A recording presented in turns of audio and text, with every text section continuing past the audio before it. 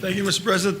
Mr. President, next to interpolate the budget of the DOTR is our distinguished colleague from Tarlac and Pampanga, none other than Senator Rodante Marcoleta. Senator Dante Marcoleta is recognized. Thank you, Mr. President. Mr. President, the head of the LTO was recently replaced by a new one. May I know the name of the current head of the LTO, Mr. President? Assistant Secretary Marcus Lacanilao, Your Honor, is the new head of the LTO. May we know, Mr. President, if the current LTO head has been trained in the transportation sector to merit replacement of Attorney Vigor Mendoza, the last one that I knew to be the head of the LTO.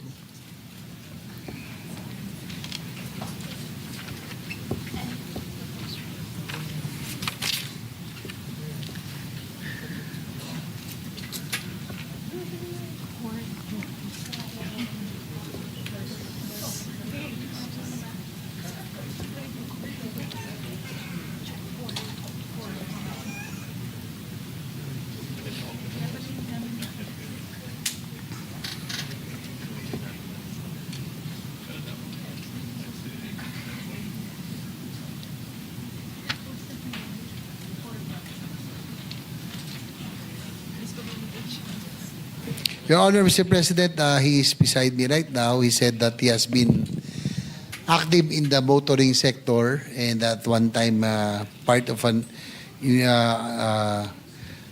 one of the investigation in one of the issues in the LTO in sometime 2008-2009. May we know, Mr. President, how active or to what extent he is so active in the motoring sector?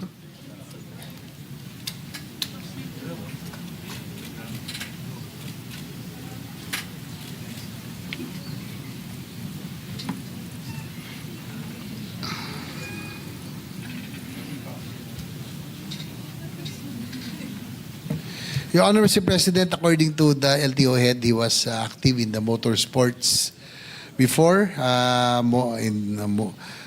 racing and motorcycle racing, Your Honor, Mr. President. Mr. President, pagka ikaw ba ay nasa car racing or anumang klaseng racing yan o horse racing halimbawa, does that qualify you automatically as head of the LTO? Alam po ninyo, Mr. President, doon lamang po sa mga core functions ng LTO, to name a few, issuance of licenses and permits, motor vehicle registration, enforcement of LTO laws, adjudication of traffic cases, collection of revenues for the government. Nandiyan pa yung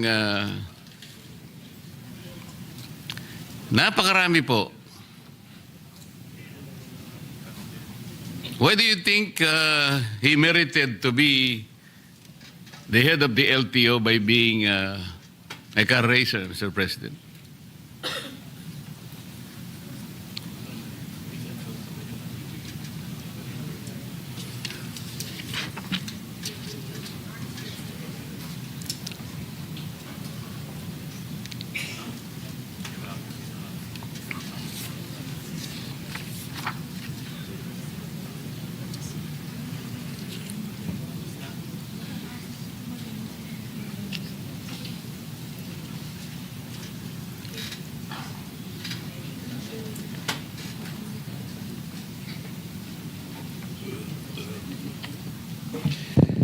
Your Honor, Mr. President, the LTO head said that he was formerly an ASEC of the civil defense and also was involved in yung pong kanilang family was part of had a bus company And yung his previous jobs, he said that he was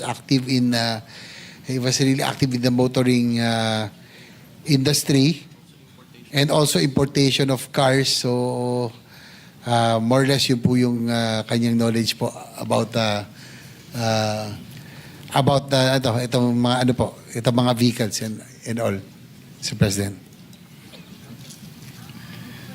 I can sense the difficulty, Mr. President, in trying to show some credentials to relate himself to the transportation sector. O dahil ba you own a bus company, for example? O nasama ka sa mga car enthusiast? O nakapanood ka ng pelikula about the vehicles? Kasi po ang pinag-uusapan natin, Mr. President, napakalaki po ng problema ng ating transportation industry. Hanggang ngayon po, without belittling the efforts of the previous occupants of that office, Mr. President, hanggang ngayon po talaga, pagka po pinag-usapan ng EDSA lang po. Sasakit na po lahat ang ulo natin. Pagkatapos, ngayon po, meron na namang mag-e-head. Hindi ko nga po alam kung bakit tinanggal yung dati. Bakit po ba tinanggal yung dati, Mr. President?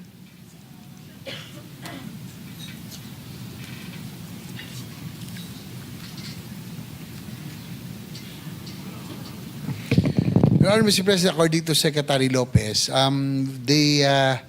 they bow down to the wisdom of the President. No? There was sort of a rigodon within the DOTR family, yung pong LTO head dati. Si Atty. Vigor Mendoza is now with LTFRB. Si current LTO Director Lacanilaw came from the Office of LT Cooperative Office of Transportation. Si Guadis napunta po sa Office of Transportation Cooperatives. Dati po si Director Lacanilaw po yun ang galing doon.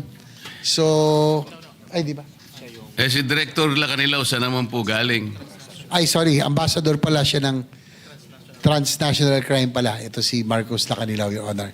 The current head of LTO. So, it was the decision of the President, prerogative of the President na nagkaroon po ng rigodon doon po sa DOTR attached agency, Your Honor. Mr. President, siguro po hindi na-advise na mabuti ang Presidente kasi kung galing pala siya sa transnational crimes, ano naman pong connection nun sa transportation? Ang alam ko po, the present occupant of that office is Special Envoy for Transnational Crimes. Tama po yun? Set C. Tama po. Kayo po yata yung naghatid sa dating Pangulo nung siya po ay nasa Villamor Air Base. Kayong sumama para sa dalhin sa The Hague. Tama po? Tama po, Your Honor. O yun lamang po siguro yung transport-related activity na pwede nating isangkot sa inyo. Other than that, wala. At ang mahirap pa po, Mr. President, hindi naman kotse ang ginamit mo, aeroplano ang ginamit mo, so hindi ka rin dapat sana ron eh. Kung tricycle ang ginamit mo para dalhin mo si dating Pangulong Duterte sa The Hague, mula nung March hanggang ngayon, baka hindi ka pa nakarating. Sa layo nun. So wala din eh.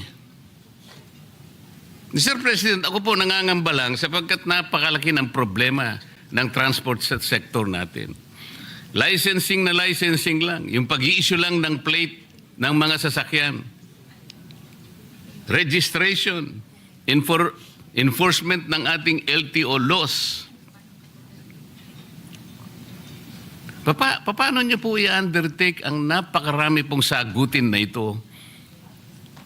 Wala naman po kayong training. Ano po ba yung academic discipline ng ating bagong ASEC ng LTO, Mr. President?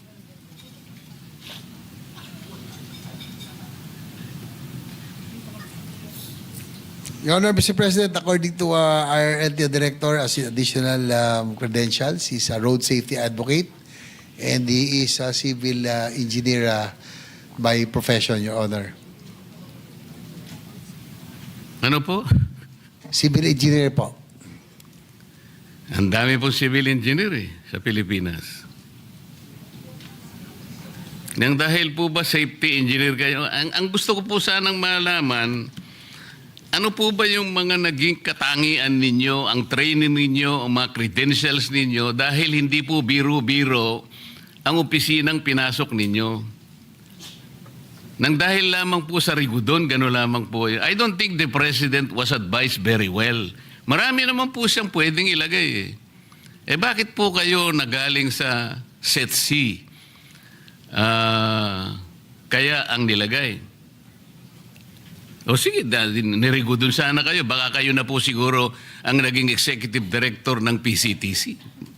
Kasi, kung hindi ako nagkakamali, yun ang Philippine Center for Transnational Crimes. Parang magkalapit. Pero para dalhin po kayo sa LTO, masyadong malayo po yun Is my observation valid, Mr. President?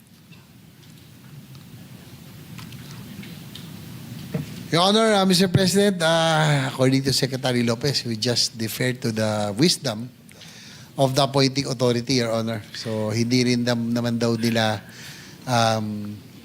they were also caught by surprise doon nung nagkaroon po ng rigudon. So, they just have to follow orders, Your Honor, Mr. President. I will not question the wisdom of the appointing authority, Mr. President. I never will. Only the President can appoint anybody, nobody else. Ang problema lang, baka hindi siya in-advise ang mabuti. Kasi kung halimbawa, dadaan yan sa Commission on Appointments, siguradong hindi siya papasa, Mr. President. Because meritocracy, I think, is fundamental. That is the only way wherein the checks and balances of the legislature will come in. Without questioning the appointing authority, but we can assess the competence, the merit and fitness of the appointee. Now we're talking about the budget, Mr. President. We're going to entrust to the head of the LTO the budget that they required to execute the programs for 2026. The concern is, kung wala naman po kayong training sa gagawin ninyo,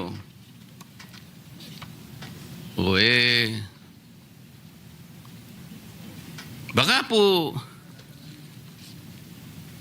may papangako po ba ninyo na ang budget na ibibigay sa inyo ay talagang magagastos do sa kanyang dapat nakapuntahan, considering na hindi naman po kayo talaga nakaakma do sa posisyon na dapat sana ay naibigay do sa talagang karapat-dapat, Mr. President. Well, Your Honor, Mr. President, according to Secretary Lopez, since the LTO will be directly under the OSEC, they will really monitor and make sure that they will function and the reforms that need to be instituted will be done. So yan po ang commitment ng Secretary Lopez natin. In fact, meron nga akong ditong side Meron din pong appointee ron na hindi ako pabor no, na political appointee na we should appoint people who have the technical skills and know-how and knowledge para hindi masayang, not political appointees. I'm talking about the PNR chairman who was recently appointed. Sayang po ang ating pong PNR. Yan po ang advocacy natin, railway system. Nag-appoint po ng isang dati naming konsihal na who had a lackluster record kahit bilang konsihal. Kaya nga, minsan nasasayang, minsan nakakapagtaka rin. Ako rin, Mr. Chair, nagtataka rin ho ako minsan. Nangihinayang po ako sa posisyon. We should be appointing people who have that capability and knowledge in position para hindi ho nasasayang. Salamat po sa sagot. Ako naniniwala talaga ako na yung meritocracy, yung merit po talaga, importante rin yun. Halimbawa po ako, na-appoint ako na secretary ng DOH. Hindi ko po tatanggapin dahil hindi naman ako doktor Kung magicero po siguro, tatanggapin ko. Magic lang naman yun Ang ibig ko po sabihin, Mr. President, nang dahil ba kayo po ay inihatid nyo ang Pangulong Duterte sa The Hague? Ito po bang kabayaran, Mr. President? Ito po ba'y premyo? Kasi kailangan nating ma-disabuse po ang pagdududa ng mga kababayan natin. Hindi naman po kayo ang dapat na maghatid sa kanya ron eh. Tama po, Mr. President?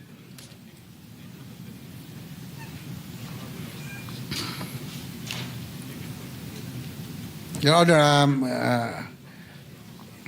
sabi po ni Asik Lacanilaw, siya nga po, he confirms that he was one of those on the plane with the former president. Opo, Hindi na po wala siya. namang pagdududa doon and there's no debate in that. Ang tinatanong po, kayo po bang authorized na dapat sumama na maghatid sa hindi tamang pagkakahatid sa dating Pangulo? Under what authority did you accompany the former president to The Hague, Netherlands? According to Asik kanina lao, being with the OSCE, they are on top of the Interpol po. Kaya po sila po kasama. Kaya What po do siya you po mean kasama. they are on top of the Interpol, Mr. President?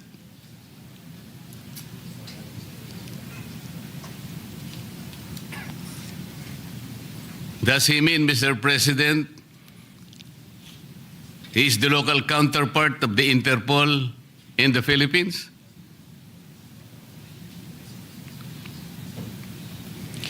PCTC. Yung pong PCTC daw po is that's Interpol NCB Manila. Yun nga po. Yan po. The PCTC is the Philippine Center for Transnational Crimes. Opo. Kaya hindi po totoo na sinasabi niya na he is on top of transnational crimes. Kayo po ay special envoy, but the local counterpart of the Interpol is the PCTC. It should have been the executive director of the PCTC who should have accompanied the former president, even if we assume that that was regular.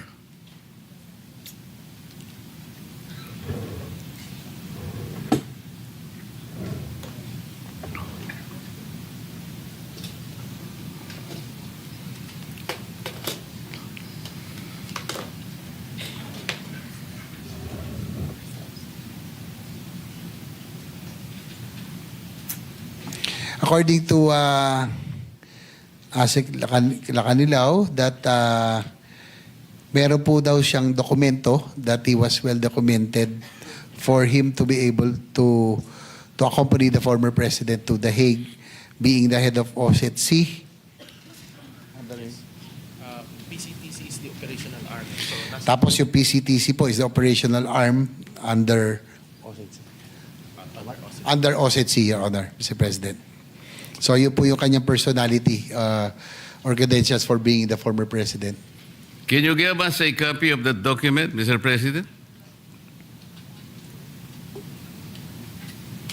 According to Asik Lacanilaw, it's with the Office of the President, Your Honor. Ano po? Nasa OP daw, sa Office of the President. Or the Office of the Executive Secretary. Can you get about that copy? He will try to request for a copy, Your Honor. What does the document say, Mr. President?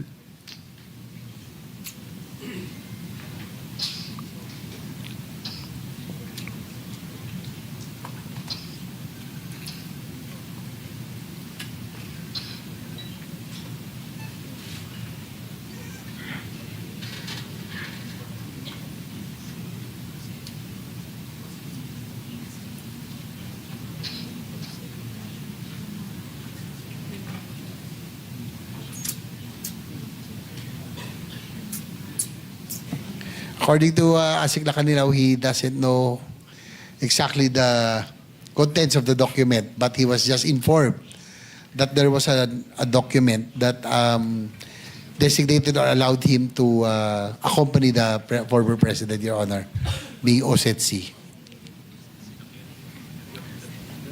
Why do you think, Mr. President, I should believe that statement? He referred to a document which content he doesn't know. Ang alam niya lang niya, pinasasama sa kanya Pangulong Duterte. What kind of reasoning is that, Mr. President?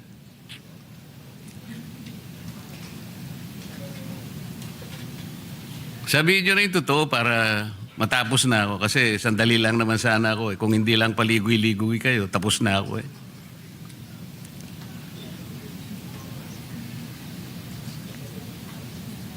Well, according to him, it was in the nung nagkaroon daw ng investigation dito regarding that, according to Secretary Remulla of the LG, that yun lang po na sinasabi that he was well documented when he accompanied the former President, Your Honor. Sinabi mo na naman si Secretary Remulla eh. Puro kwentong kutsero naman ang... Ganito na lang. Kung sakasakali, Mr. President, kung sakasakali lang naman, ano,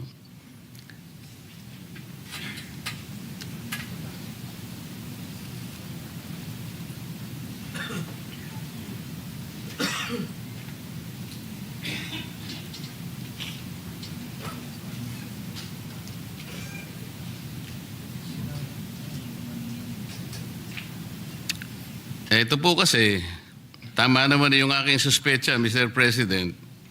There was already an admission on the part of Ambassador Lacanilao then nung nag-hearing ang isang committee in the Senate on the arrest of Fprrd, na nag-volunteer ka lang eh. Because there is no available official of PCTC o walang personnel, kaya ikaw ang nag-volunteer. There is a transcript to this effect that you just volunteered. So there is no document.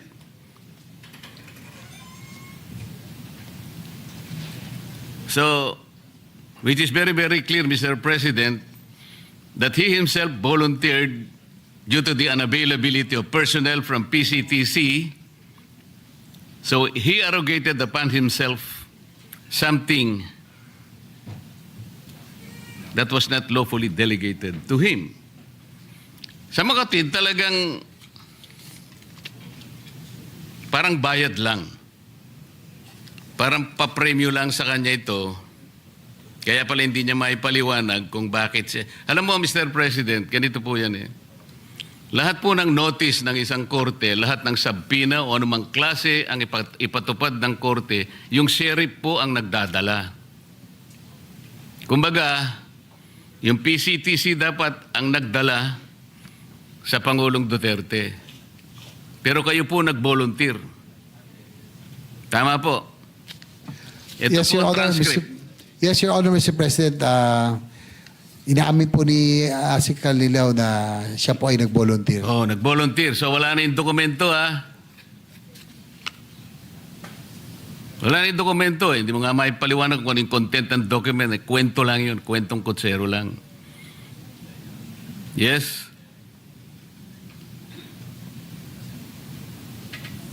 Well, sabi po kasi niya, yun daw yung nabanggit nung sa Senate hearing na he was documented.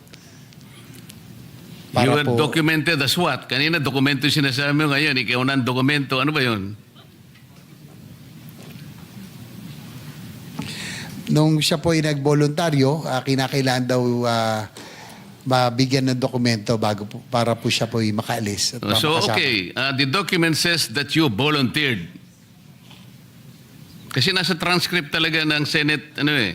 Yes, Your Honor. He confirms. So the last question now, since you volunteered to accompany the former president to The Hague, kahit na irregular, illegal lahat ang mga proseso, will you also volunteer kung sakasakali na babalik na ang dating Pangulo na ikaw rin ang mag-uwi sa kanya?